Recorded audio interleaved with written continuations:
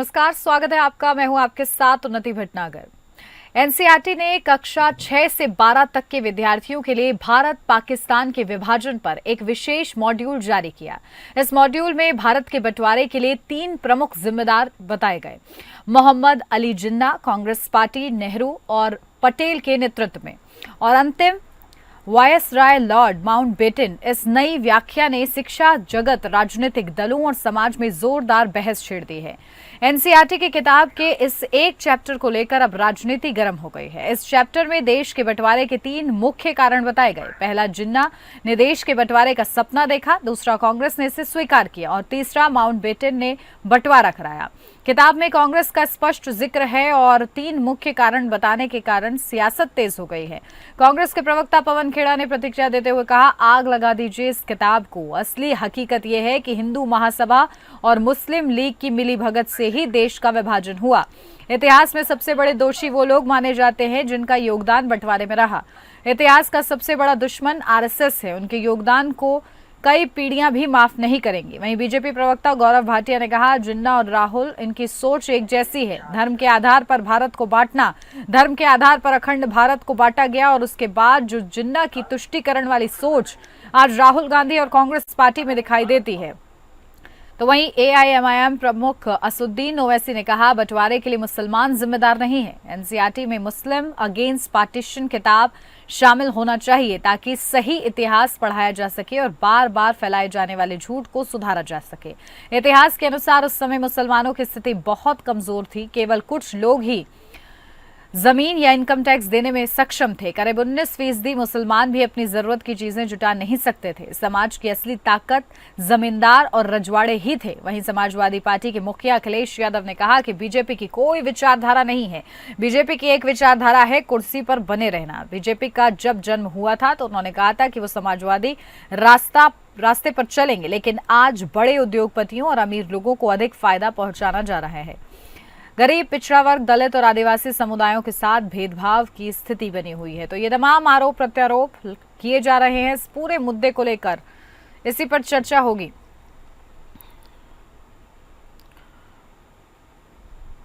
तो चलिए चर्चा की शुरुआत करेंगे। खास मेहमान हमारे साथ जुड़ गए हैं, सीधा आपको रूबरू कराती हूँ। हमारे साथ राज शर्मा, प्रवक्ता कांग्रेस पार्टी से जुड़ गए हैं। राज शर्मा जी, बहुत स्वागत आपका। हमारे साथ अविरल मलिक, प्रवक्ता भारतीय जनता पार्टी से जुड़ गए हैं। अविरल जी, आपका भी बहुत स्वागत है। राज शर्मा जी, आपके पास आ रही हूं क्योंकि एनसीईआरटी में जो जिक्र हुआ है उसमें कांग्रेस पार्टी का भी नाम जिम्मेदार बताया गया है पार्टीशन के लिए, लेकिन इन सब चीजों का विरोध क्यों हो रहा है? क्या तथ्य, क्या स्टैंड आप लोग का?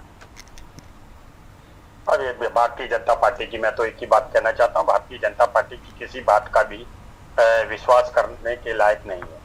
और जो भी ये कहते हैं, अभी लाल किले से ही इन्होंने कहा था कि अब किसी भी लकीर को छोटी करने से आप तरक्की नहीं पाते। फिर ये बेकार पूर्व की बातें करते, अपने काम की बातें करें। 11 साल से इनकी सरकार है, ये इन्हीं का काम करें और जो पीछे हुआ उसी की लीगेसी को तो आगे बढ़ा दें।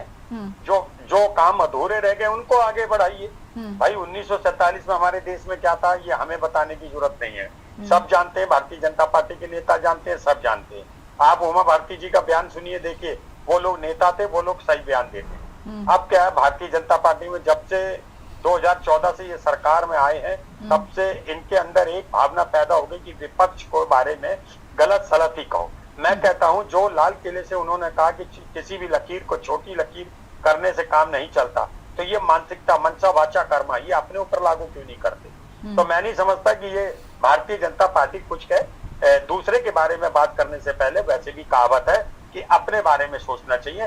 भारतीय जनता पार्टी के नेताओं से मैं एक गुजारिश करता हूं, और अभी जो प्रवक्ता बोलेंगे इनसे भी गुजारिश करता हूं कि ये लोग ये बताएं कि 11 साल में इस देश को क्या मिला, इस देश को, बच्चों को क्या रोजगार मिला, न जो महिलाएं थी वो सुरक्षित कैसे हुई, इन चीजों पर सनातन धर्म के लिए क्या करा, सनातन धर्म को नुकसान कितना पहुंचाया, ये सब बताएं। इसमें क्या है, सच बोलिए।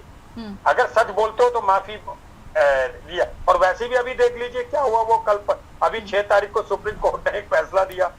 बताओ, इन्होंने जिता दिया किसी सरपंच को और वहां कोई और सरपंच बन गया। अब बताइए, क्या इससे भी ज्यादा बचा इनके बारे में कहने के लिए? अब तो एक चीज बता दूं, अब तो गंगा जल रख के चलते हैं। इनका नाम लिया, अभी डिबेट करूंगा, सामने ये लोग पड़ जाते हैं, फिर गंगा जल छिड़कना पड़ता है। ठीक है, शुद्धिकरण लेकिन करना राज पड़ता शर्मा है। जी, क्योंकि मुख्य बात ये कही गई है कि विभाजन को स्वीकार किया कांग्रेस पार्टी ने, आप लोगों ने नहीं स्वीकार किया था। देखो, एक और मेरी बात सुनिए, शायद भारतीय जनता पार्टी में सारे अनपढ़ लोग हैं। कोई भी पार्टी देश से बड़ी नहीं हुई, ये देश की बात होती है, उस वक्त संसाधित कैसे थे। और आज एक बात कहता हूं, अगर जवाहरलाल नेहरू जी का विजन नहीं होता तो कश्मीर में दावे के संग कहता हूं चाइना या अमेरिका हथिया ले। ये उनके रिलेशन थे, सब कुछ थे। और आज भी मैं कहता हूं, मैं आंख से आंख मिला के कह सकता हूं कि श्रीनगर के लोकल लोगों का जज्बा था जो हमें इंफॉर्मेशन देते थे जब पाकिस्तानी हमला करता था, जिसके कारण हम उसे रोक देते थे। अगर वहां का आदमी गद्दार होता, निश्चित रूप से श्रीनगर हमारे पास। बिल्कुल। अविरल जी, सत्ता का क्या फायदा उठाया जा रहा है कि इस तरीके का इतिहास और कांग्रेस पार्टी का जिक्र उसमें करना क्या चाहते हैं आप लोग की मंशा पर सवाल है।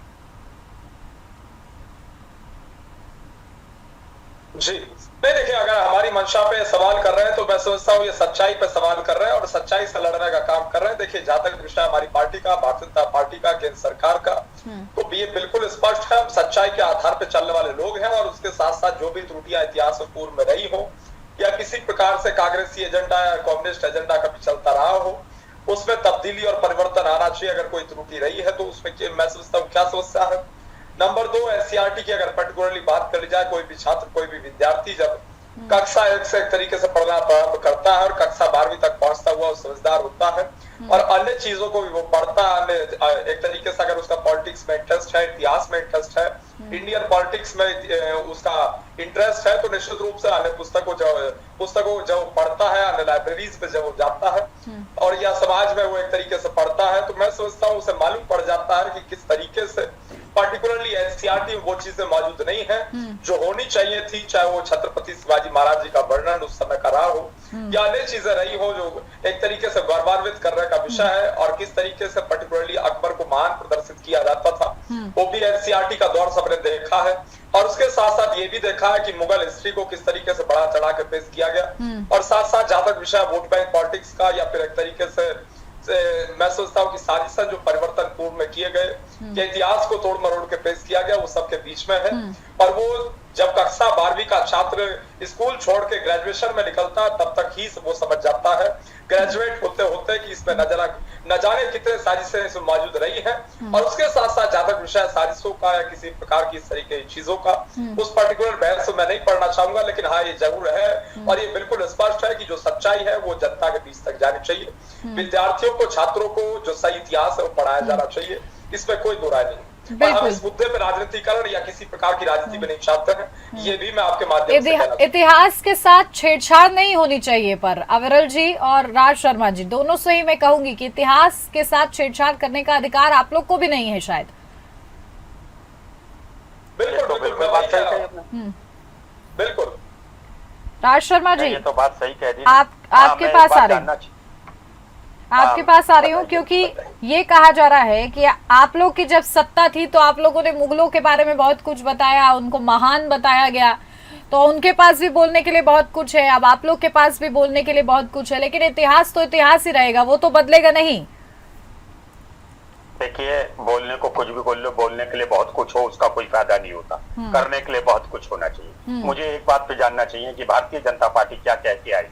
आज भी इन्होंने इसी बार लाल किले से जो कहा, तो अगर बेहतर होता कि प्रधानमंत्री मेरे देश के अभिभावक लाल किले से अपनी उपलब्धियां बताते कि 2014 में मई में जब मैंने कहा था कि 100 दिन में ये कर दूंगा, महिलाओं के लिए ये कर दूंगा, गरीबों के लिए ये कर दूंगा, रोजगार ऐसा दूंगा, कि वो मैं कंप्लीट कर चुका हूँ। इसमें मैं मानता हूँ कि कुछ नहीं कर पाते तो चलो वो भी कहते कि भाई मैं 11 साल में ये नहीं कर पाया, अब करूंगा। लेकिन आप ये बता दीजिए उनके भाषण में भी आज डर दिख रहा था। अब दिक्कत क्या है, वो डरते हैं आरएसएस से और उसका जो कोप है वो हम पे उतारना चाहते। मैं कहता हूँ कि इलेक्शन चल रहा है, उस पर आप विपक्ष करिए, चलिए पक्ष की कमियां बताएंगे हम, आप विपक्ष की कमियां बताइए, लेकिन एक बार जब आप गद्दी में बैठ जाते हैं तो देश का हर नागरिक आपके लिए आपका होता है। आप यहाँ पे ये नहीं कह सकते ये राज शर्मा कांग्रेस का है, मैं इनका काम नहीं करूंगा, ये खुश ना हो। और मैं एक और बात कहना चाहता हूँ, मैं अविरल भाई से एक बात पूछना चाहता हूँ, छोटी उम्र के हैं, सिर्फ इतना बता दीजिए अंग्रेजी पढ़नी चाहिए या नहीं, हिंदी पढ़नी चाहिए, इतना ही बता दीजिए, पढ़नी चाहिए या नहीं। नहीं, देखिए विवाद आज हम लोग चर्चा कुछ और करने बैठे हैं ना राज शर्मा जी। ये हिंदी का विवाद हम लोगों ने बहुत देख लिया, महाराष्ट्र में भी देख रहे हैं। हिंदी भाषाओं को लेकर बताइए, आप लोग विवाद कर रहे हैं कि भाषाओं आया था। अच्छा, अगर अकबर के बारे में किसी किताब में लिखा तो उसमें ये तो लिखा नहीं होगा कि वो पूजा करते थे। अगर औरंगजेब के बारे में लिखा होगा तो उन्होंने पता, औरंगजेब के बारे में ये तो लिखा नहीं होगा कि इन्होंने दुर्गा माता का मंदिर बनाया। जो थे वो इतिहास है। इतिहास ये होता है जो हुआ। इतिहास हमेशा सच्चा पता चलना चाहिए। इतिहास सच्चा पता चलना चाहिए। और मैं बिल्कुल, तो इतिहास को फिर ये भी बताना चाहिए कि उनका शासन कैसा रहा है, आपस में ही वो किस तरीके से उनका परिवार क्रूरता करता रहा, फिर ये भी बताना चाहिए इतिहास में, तो ये भी रहेगा ना। जो हमसे बच गया वो आगे बढ़ाओ। और मैं तो कहता फिर उस पिक्चर को भी, उन पिक्चरों बच गया क्या होता है, बच गया क्या होता है सर? इतिहास है, उसको पूरा पढ़ा जाए तभी वो बेहतर है। उसका सिर्फ एक साइड देख लेने से काम नहीं बनेगा ना। और इसीलिए देखिए बच्चों को, क्योंकि शिक्षा का सवाल है, बच्चे जो पढ़ेंगे इतिहास वही वो समझेंगे, तभी वो अपनी संस्कृति से जुड़ पाएंगे। तो इसके साथ खिलवाड़ तो बिल्कुल नहीं होना चाहिए, राजनीति तो बिल्कुल नहीं होनी चाहिए। अविरल जी, तो ये भारतीय जनता पार्टी कर रही है। अविरल जी, खिलवाड़ कर रहे हैं आप लोग, सीधा आरोप। जी नहीं, देखिए जहां तक विषय खिलवाड़ का, और एक तरीके से इन्होंने सवाल पूछा था अंग्रेजी को लेकर के। देखिए मैं स्पष्ट कहना चाहूंगा अंग्रेजी के विषय में, अंग्रेजी मैंने भी पढ़ी है। अंग्रेजी एक तरीके से पढ़ने में किसी रूप में कोई समस्या नहीं है। मेरी रुचि थी अंग्रेजी, मैंने अंग्रेजी पढ़ी, अंग्रेजी सीखी। लेकिन अंग्रेजी का इस्तेमाल नहीं करना चाहता तो मैं नहीं करूंगा, करना चाहूंगा तो करूंगा, वो मुझे स्वतंत्रता है। लेकिन मैं अंग्रेजी का निजी तौर पे, हिंदी बोलो, एक मिनट, मैं निजी तौर पे अंग्रेजी का विरोधी हूँ। अरे हम आप यहाँ निजी तौर पे ही नहीं रहेंगे। यहाँ आप एक राजनीतिक पार्टी का प्रतिनिधित्व तो कर रहे हो, और मेरा रिप्रेजेंटेशन एक पार्टी का। हम लोगों के व्यक्तिगत कुछ हो सकते हैं, और व्यक्तिगत हमारे ज्यादा महत्व नहीं हो सकता व्यक्तिगत रीजन का। इसलिए आप ये बताइए, आपके यानी आप अमित शाह जी की बात का विरोध करते हैं, जिन्होंने कहा था अंग्रेजी नहीं पढ़नी चाहिए, हिंदी पढ़नी चाहिए, बस। देखिए वो बिल्कुल स्पष्ट है। और अगर हिंदी की बात कर ली जाए, मैं लीगल फील्ड से भी आता हूँ, अगर सुप्रीम कोर्ट की पर्टिकुलरली बात कर ली जाए तो सर्वोच्च न्यायालय में और न्यायालयों में भी कुछ अधिवक्तागण हैं, हमारे साथी अधिवक्तागण हैं, जो चाहते हैं कि सुप्रीम कोर्ट की भी कार्रवाई एक तरीके से पूर्णतः हिंदी में हो। तो हिंदी हमारी मातृभाषा है। मैं समझता हूँ राज शर्मा जी, आप भी कोई इंग्लैंड से तो है नहीं, आप भी भारत से हैं, तो आपकी भारत एक तरीके से भारत में होने के नाते मातृभाषा। देखिए सभी भाषाओं का सम्मान और इसके साथ साथ अपनी जो मातृभाषा है उसके लिए गौरव होना बहुत जरूरी है। इस चीज में इतना ज्यादा परेशान होने की जरूरत नहीं है कि आप लोग इसका डिफरेंस ही ना समझ पाए, उसी को लेकर बहस होती रहे। क्योंकि एनसीईआरटी के किताब में 3 लोगों का जिक्र किया गया है, जिसको लेकर लगातार घमासान मचा हुआ है। राज शर्मा जी, आपके पास आ रही हूँ, क्योंकि अब हम इतिहास की बात कर रहे हैं और आप लोग कह रहे हैं कि इतिहास के साथ छेड़छाड़ हुई है, तो थोड़ा सा इतिहास पर चलते हैं और गौर करते हैं कौन कौन लोग विभाजन के पक्ष में थे और कौन इसका विरोध कर रहे थे। क्या महात्मा गांधी विभाजन के पक्ष में थे? देखिए मैं बता दूं, मैं तो कह रहा हूँ सबसे ज्यादा वो हिंदू सभा थी विभाजन के पक्ष में। हिंदू सभा तो कहती थी ना, हिंदू सभा ने तो कहा था ना, एक म्यान पे 2 तीर नहीं रह सकते, सबसे ज्यादा। और एक और बात कहना चाहूंगा, यहाँ किसी भी पार्टी को, किसी को नहीं, वो एक स्थिति ऐसी थी, सर्कमस्टांसेस ऐसे थे कि वो विभाजन होना ही था। और वो तो बीजेपी के लिए अच्छा हुआ, हमारे लिए अच्छा हुआ। जब ये आज अगर पाकिस्तान भी यहाँ होता तो बीजेपी, इब्राहिम मलिक कह रहे होते भागो भागो राज शर्मा, मुसलमान आ रहे हैं। अब भी कहते हैं मुसलमानों से खतरा, जबकि वो आई की तरह। तो आप ये सोचिए वो सर्कमस्टांसेस था। उस सर्कमस्टांसेस में देखिए एक पिताजी के 2 बेटे होते, एक अफसर बन जाता है, एक नहीं बन पाता, स्थितियां बदल जाती हैं। तो आप उसपे कोई ये पिताजी का कारण था कि ये गरीब रह गया, अमीर रह गया, वो था स्थिति। उस सर्कमस्टांसेस को अगर हम भी होते ना उस वक्त, ये मोदी जी भी होते, हालांकि मोदी जी होते तो गुलाम ही रहता, जैसे अब ये कर रहे हैं। उस वक्त के नेता कम से कम ये तो थे कि अमेरिका से भी नहीं डर रहे थे। अटल बिहारी वाजपेयी जी का मैं आज ही सुन रहा था, उन्होंने कहा मैं नहीं गया राष्ट्रपति के बुलाने से, और ये लोग एक बार नाम नहीं ले पाते। इंदिरा गांधी ने कहा था 70 भेज दो, 200 भेज दो अपने को भी, जो भेजना देखी जाएगी, अब मैं पीछे नहीं हटती। तो ये लोग थे, इनका जज्बा था। आप बताइए, तो विभाजन के जिम्मेदार आप किसको मानते हैं? मुझे खुले शब्दों में जानना है कि विभाजन का जिम्मेदार कौन है? सिर्फ परिस्थितियां जिम्मेदार है, ये कहेंगे आप? हाँ वही, हाँ बिल्कुल, सर्कमस्टांसेस ही ऐसे थे, उस पे किसी को जिम्मेदारी देना मुझे लगता है गलत था। देखिए तब क्या था हमारे पास, तब कैसे थे गांधी जी, नेहरू जी, या वल्लभ भाई पटेल साहब, इन लोगों के लिए हमें आवाज नहीं उठा, हमारी हैसियत ठीक क्या है, लेकिन अगर ये कहा जा रहा है कि परिस्थितियां ही सिर्फ जिम्मेदार थी, तो आप लोग को फिर तैयार रहना होगा, क्योंकि आने वाले समय में अगर जो फैसले लिए जाते हैं फिर बीजेपी के पास भी ये कहने को रहेगा कि भाई परिस्थितियां ऐसी थी इसलिए कठोर निर्णय लेने पड़े, फिर आप इफ बट नहीं कर सकते। नहीं, मैं बताऊंगा आपको, जो देश के लिए हितकारी डिसीजन हो उसे लीजिए, उसे कौन मना कर रहा। बिल्कुल। देखिए पाकिस्तान में जब इन्होंने ऑपरेशन सिंदूर चलाना था, विपक्ष ने क्या कहा, करिए जो मर्जी। विपक्ष जब गुस्सा हुआ जब इन्होंने वक्त से पहले ऑपरेशन सिंदूर को एकदम रोक। सीज फायर पर भी तो आप लोगों ने सवाल किए थे। सीज फायर पे तो करे, क्या ये मौका था? देखिए एक और बात मैं बताऊं आप, मनसा वाचा कर्म, जो आप बोलते हो, सोचते हो, कहते हो, उसमें सामंजस्य बैठाओगे तरक्की हो जाएगी। मुझे अमित शाह जी का है कि हम पाकिस्तान पीओके लेके रहेंगे, 3 महीने में रेल लेके दे देंगे, 6 महीने में लेके दे देंगे, 1 सर के बदले 100 सर लाएंगे। उसकी जुबान पे उसकी जुबान जिस तरह के जवाब देंगे, ये तीनों में अगर ये खरे उतरे तो मैं इनके संग हो जाऊंगा, इनकी बातें बोलूंगा। अविरल जी बता दें अविरल जी, ये कहीं राजनीतिक द्वेष में तो नहीं किया गया है कि आप लोगों ने कांग्रेस पार्टी का भी जिक्र कर दिया है कि विभाजन को कांग्रेस पार्टी ने स्वीकार किया। वो कह रहे परिस्थिति ऐसी थी कि उस वक्त ऐसा निर्णय लेना पड़ा। जी नहीं, देखिए जहां तक विषय परिस्थितियों का, इनकी परिस्थितियां तो पता नहीं कैसी कैसी रहती हैं और किस किस टाइप की बात करते हैं। परिस्थितियां तो इनकी ऐसी हो जाती हैं, जब जेएनयू में उलझुल नारे लगते हैं तो सबसे पहले समर्थन कर रहे हैं वहां कौन पहुंच जाता है, वो भी सबने देखा। और उसके साथ साथ रही बात अन्य परिस्थितियों की, तो इस देश में बहुत सी परिस्थितियां देखी हैं। इन्होंने तो आपातकाल उठा के लगा दिया था 1975-77 के मध्य में, जिसमें सबको जबरदस्त जेल में ठूस दिया था। पहुंच जाते हो बाबू, पहुंच जाते। अरे भाई साहब, मैं आपको भाई वो गलत था, इमरजेंसी गलत थी, मेरे नेता ने मान लिया। नहीं पहले यार गलत बोलोगे ना, मुझे बताओ, इमरजेंसी गलत थी, मेरे नेता ने बोला, हम इलेक्शन हारे, उसके बाद जीते, कोई ताल्लुक नहीं है। जो मैं बोल रहा हूँ आपसे सुन लीजिए, आप बोल रहे थे, मैं सुन रहा था। इतना घमंड है कि लेना देना नहीं, कहाँ आप विचार हो? राज शर्मा जी, क्योंकि अभी हम लोग इतिहास की बात कर रहे हैं और इतिहास में इमरजेंसी थी। ठीक है, मैं भारत का प्रोडक्टिव सिटीजन हूँ, अगर आप मुझसे लेना देना नहीं, क्या पाकिस्तान के हो? क्या आप सही कर इस तरह? ठीक है, चलिए उधर मत ले जाइए चर्चा को। ठीक है, उधर मत घुमाइए चर्चा को। ठीक है अविरल जी, हिंदुस्तानी कह रहा है, प्लीज हिंदुस्तानी से कोई पूरा कीजिए। यहाँ किसकी आत्मा आ गई है? क्या पाकिस्तानी आत्मा? भाई साहब सुन लीजिए, सुन लीजिए राज शर्मा जी, सुन लीजिए, शांति। आत्मा को निकालो। आप सईद की बेटा, ये हमारी उम्र पानी पीने के लिए, पानी आप ठीक है, अभी आपको चलना है। अच्छा पहले तो आत्मा निकालो। आपने कैसे कहा लेना देना नहीं, मुझे आपसे लेना देना है। डिबेट करो तो ठीक रहेगा। मैं इस प्रकार की ना तो भाषा सुनता हूँ, ना मैं अपने लिए इस प्रकार की भाषा का प्रयोग करवाता हूँ, और ना मैंने आपके लिए इस प्रकार की। ठीक है, सीधा सीधा मुद्दे पर पहले अपने शब्दों का चयन। मुझे आपसे लेना देना है, मुझे आपसे लेना देना है। राज शर्मा जी, देखिए बहुत ज्यादा जिम्मेदारी वाला मुद्दा चल रहा है। ठीक है, जिम्मेदारी वाला मुद्दा चल रहा है, सुन लेते हैं एक दूसरे को गौर से। लेकिन राहुल गांधी को मेरी शुभकामनाएं हैं, ठीक है, वो अपना काम कर रहे हैं, करें। उनसे हमारे पारिवारिक आप लोग पर्सनल हो जाते हैं, बात फैक्ट पे होनी चाहिए। ठीक है, इधर उधर मत भागिए। ठीक है, पॉइंट पे आइए अविरल जी, आप भी प्लीज फैक्ट पे बात करिए।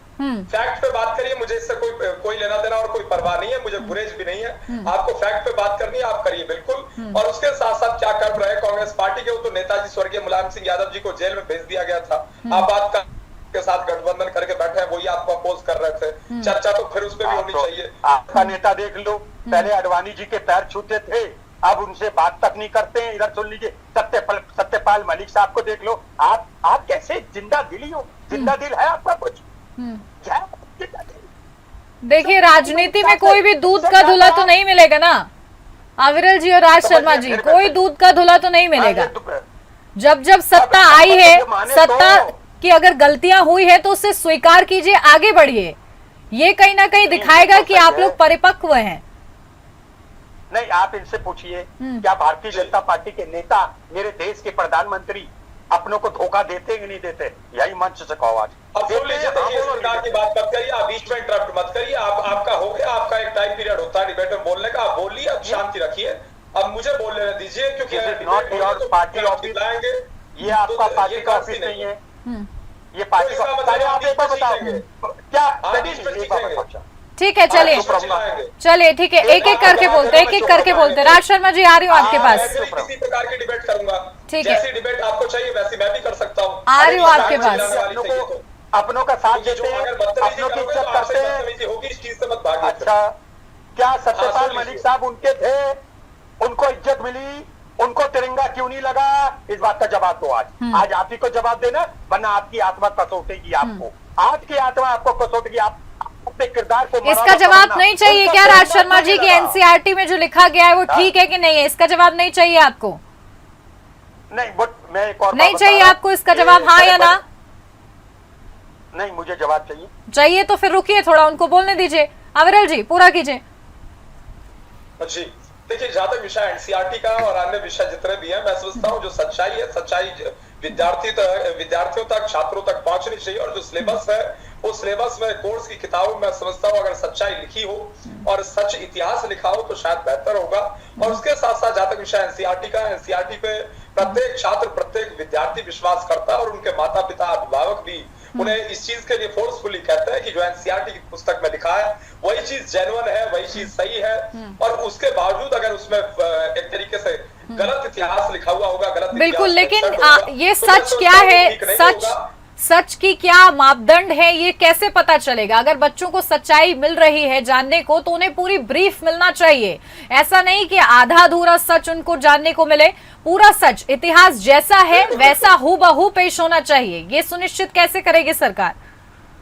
जी देखिए, हमारा बिल्कुल स्पष्ट मानना है हूबहू सच उसमें मौजूद होना चाहिए और किसी प्रकार से किसी भी कंडीशन में गलत और फैब्रिकेटेड जानकारी उसमें मौजूद नहीं होनी चाहिए। हमारा बिल्कुल स्पष्ट इस चीज को लेकर स्टैंड है, स्पष्ट मानना है किसी तरीके से उसमें फैब्रिकेटेड इंफॉर्मेशन नहीं होनी चाहिए। और उसके साथ साथ जो भी एक तरीके से पिछली सरकार में त्रुटियां रही है उसको बिल्कुल जेन्युइनली तरीके से सही करने का काम निश्चित रूप से राज शर्मा जी आपके पास आ रही हूँ, क्योंकि सत्ता आपकी थी उस वक्त और ऐसे में उसमें आपका जिक्र होना लाजमी भी है, क्योंकि वो परिस्थितियां, आप लोग जैसा कह रहे हैं कि परिस्थितियां ऐसी बनी, लेकिन सरकार आपकी थी और वो स्वीकार किया गया, इससे तो डिराई नहीं कर सकते ना। बात क्या देना है कि क्या गलत हुआ? हम देखिए, जब देश हमारा आजाद हुआ था तो हम नागरिक नहीं थे, या गुलाम थे या प्रजा थे। पहले प्रजा और गुलाम थे, हम सिटीजन नहीं थे, नागरिक नहीं कहते थे ये लोग, अंग्रेज भी और मुगल भी।